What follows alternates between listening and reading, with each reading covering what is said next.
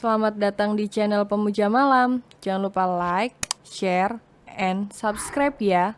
Terima kasih.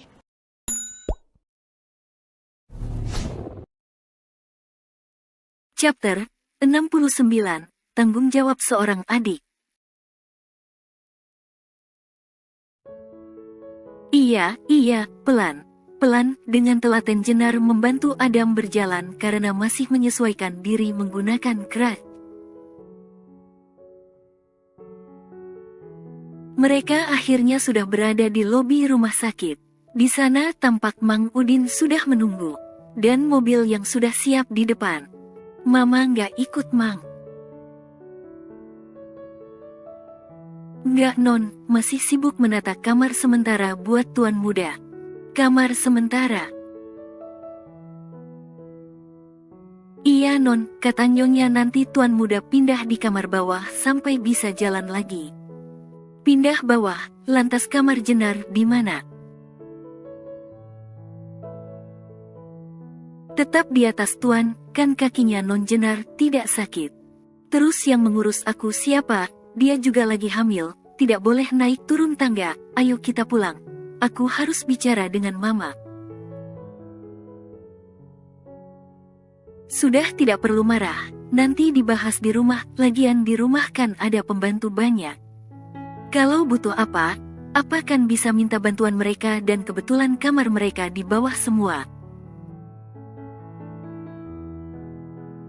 Oh, jadi kamu mau lepas tanggung jawab? Waduh, tanggung jawab apa? Tanda tanya petik 2. Tanggung jawab seorang adik yang kakaknya baru sakit.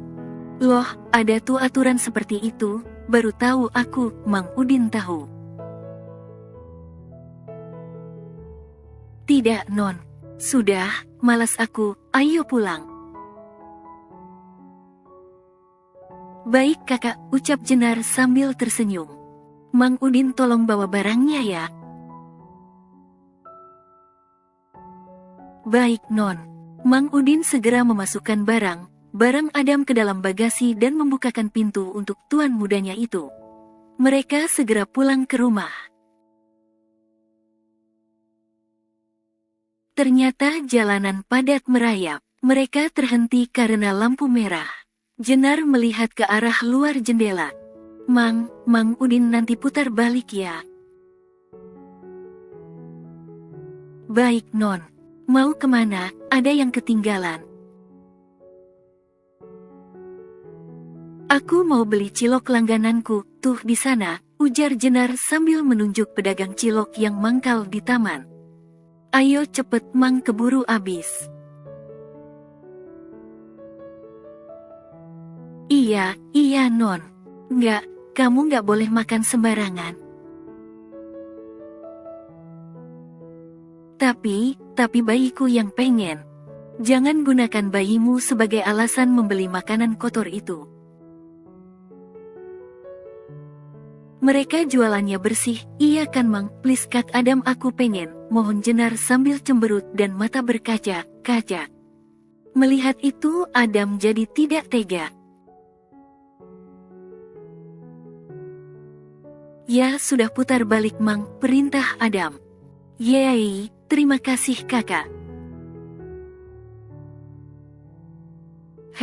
Hanya dapat izin makan cilok saja sampai segitu senangnya, gumam Adam. Mang Udin akhirnya putar balik mobilnya untuk membeli cilok. Jenar segera membuka pintu mobil untuk turun, tapi tangannya ditahan Adam. Mau kemana? Turun beli cilok. Nggak usah, biar Mang Udin saja, kamu di sini menemaniku. Baiklah, Mang Udin nanti sambal sama sausnya yang banyak ya, minta yang isi daging Mang. Baik, Non. Mang Udin segera turun memesan cilok. Tak lama kemudian Mang Udin kembali sudah membawa cilok porsi besar. Terima kasih Mang Udin, ucap Jenar sambil makan cilok. Kamu mau? Ia menawarkan pada Adam. Enggak. Ayolah coba dikit, perintah Jenar agar Adam membuka mulutnya. Enggak. Ya sudah aku makan sendiri. Nih kamu lihat bayiku bergerak, gerak tandanya dia suka. Adam menoleh sambil memperhatikan perut Jenar yang tampak lebih besar. Tanpa sadar tangannya mengusap dan membelai perut Jenar.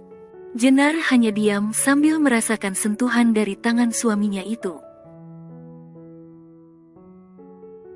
Sayang, ini yang membelai papa kalian. Mama tahu pasti kalian senang, batin Jenar sambil menahan agar air matanya tidak jatuh. Iya, mereka bergerak, gerak, aku bisa merasakan.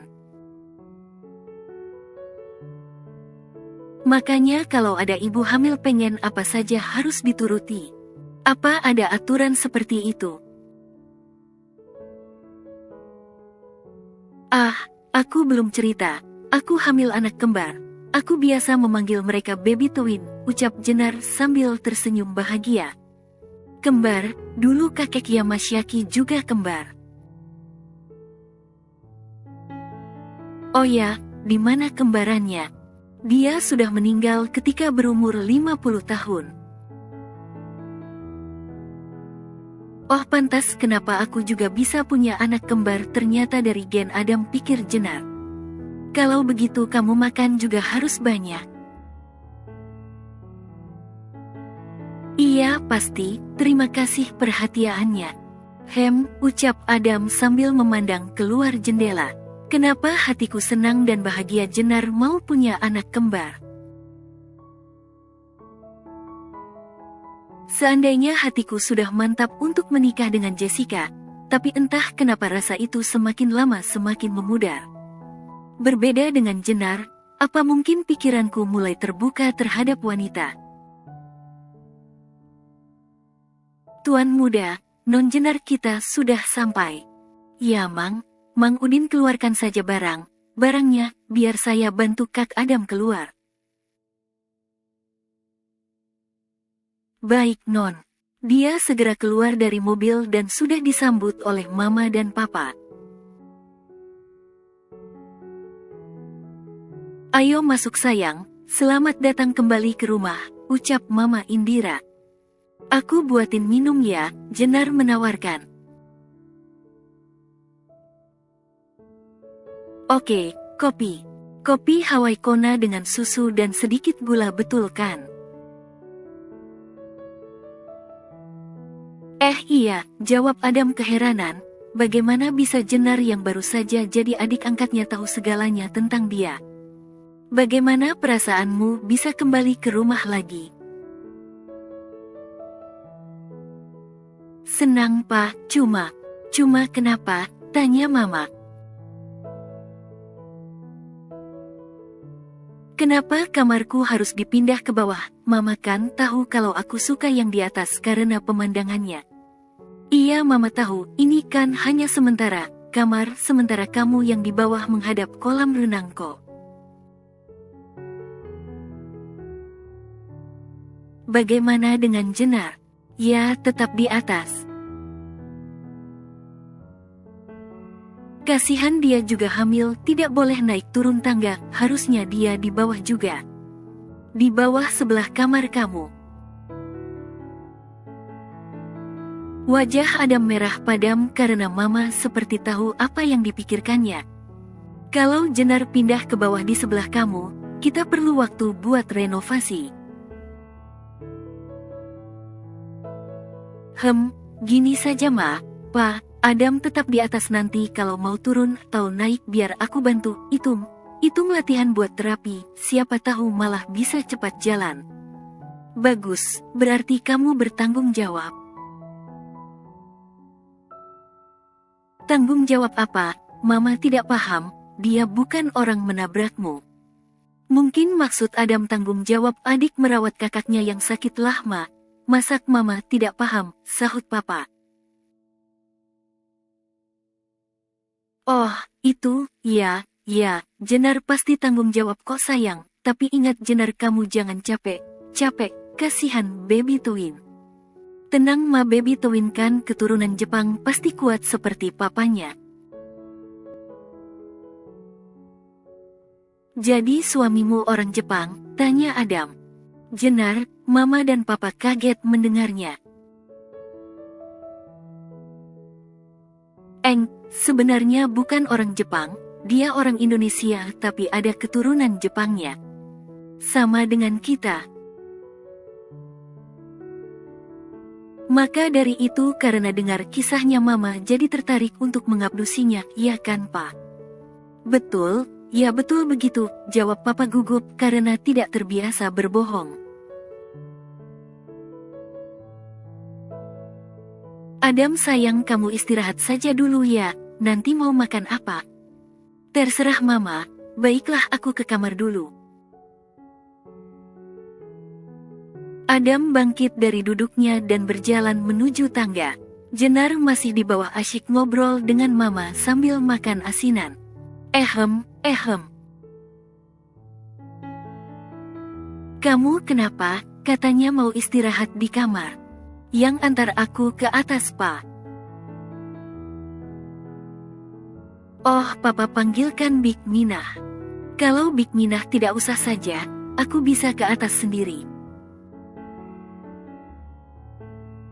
Hadeh, sini papa temani. Jenar yang mendengar perdebatan antara papa dan suaminya yang amnesia itu segera mendekati mereka.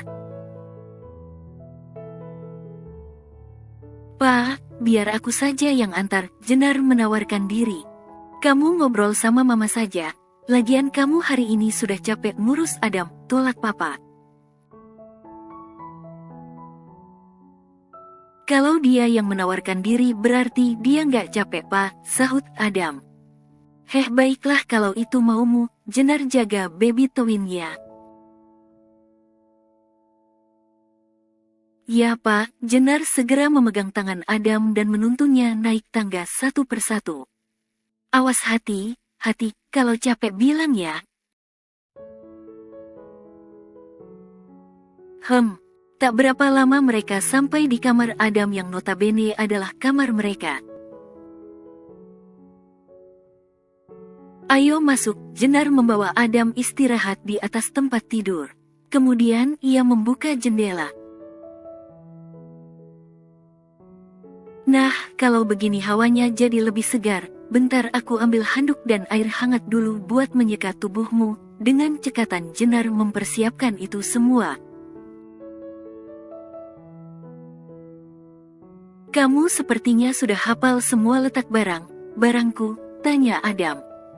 Oh, itu, biasanya kalau Big Minah baru sibuk aku yang membersihkannya, makanya aku hafal letaknya. Oh, sini aku seka pakai air hangat, dengan telaten Jenar menyeka wajah dan tangan Adam. Badanku bagaimana? Aduh gawat, kalau aku seka badannya bisa hasratku timbul. Mood ibu hamil kan sering berubah karena pengaruh hormon. Apalagi aku sudah lama tidak berhubungan badan dengannya. Aduh bagaimana ini, tanganku gemetar. Kenapa Diang? Aku tidak terbiasa, bisakah kau melakukannya sendiri? Aku akan mengambil baju ganti, ucap Jenar sambil menggigit bibirnya untuk mengurangi rasa gugupnya. Bukankah kau biasa melihat suamimu? Itu beda, please bisakah kau melakukan sendiri? Baiklah kalau itu maumu. Jenar segera pergi mengambil baju ganti. Aku lupa, dia kalau tidur kan tidak pernah pakai baju atasan. Sudahlah aku ambil parfum saja. Sini aku kasih parfum. Kau tahu banyak kebiasaanku. Mama yang kasih tahu, tidur tidak pernah pakai baju hanya boxer saja, terus harus wangi. Bagus. Nah, sekarang kakak istirahat, aku keluar dulu. Bagaimana kalau aku butuh sesuatu, di mana kamarmu? Telepon saja, kamarku di kamar tamu sebelah kamarnya Mama. Jauh. Lah, kan ada telepon. Kalau kamu telepon aku pasti datang. Kasihan kamu harus berjalan ke sana kemari. Tidak apakah toh ini juga sementara, setelah terapi kakimu pasti akan kembali seperti semula. Seandainya di sini ada Jessica, dia pasti akan merawatku. Oh ya sudah, kalau kamu mau dirawat sama ular, ups, aku keceplosan, batin Jenar sambil menutup mulutnya. Ular maksud kamu? Bukan ular, maksudku ular. Kakak sudah rindu dengan Jessica, yah itu maksudku, ucap Jenar sambil tersenyum simpul. Coba ditelepon aja kalau kamu memang mau dirawat olehnya, jadi aku bisa konsentrasi ke bayiku, Jenar berkata dengan nada kecewa. Aku permisi dulu, istirahatlah, Jenar segera keluar dari kamar Adam. Jenar, bukan itu maksudku, yah sudah pergi. Aku senang sekali kau rawat, bahkan jauh di dalam hatiku aku merasa sangat bahagia bisa mengenal wanita sepertimu. Entahlah kenapa tadi aku menanyakan Jessica, padahal selama aku sakit dia tidak datang menjengukku. Sementara itu di ruang keluarga. Menantu kesayanganku, kenapa cemberut? Sebel mah, dari tadi Adam menanyakan Jessica terus, ucap Jenar sambil mencari camilan. Mama harap kamu sabar ya, tadi dia juga menanyakan ke Mama soal Jessica. Betul kata mamamu, dan ini yang ingin kami bicarakan denganmu, Jenar. Soal apa, Pak? Kemarin kami sempat berkonsultasi dengan dokter. Mereka memberi saran untuk mendatangkan Jessica, karena setiap saat Adam selalu menanyakannya. Menurut dokter, kedatangan Jessica bisa mempercepat ingatan Adam kembali. Tapi menurut kami ini terlalu beresiko. Dan tentu saja kami tidak mau kamu bersedih sehingga mempengaruhi baby twin. Iya sayang, kami terus terang menolak saran dari dokter. Tapi setiap Adam menanyakan Jessica, ia mengeluh kepalanya pusing. Bersambung.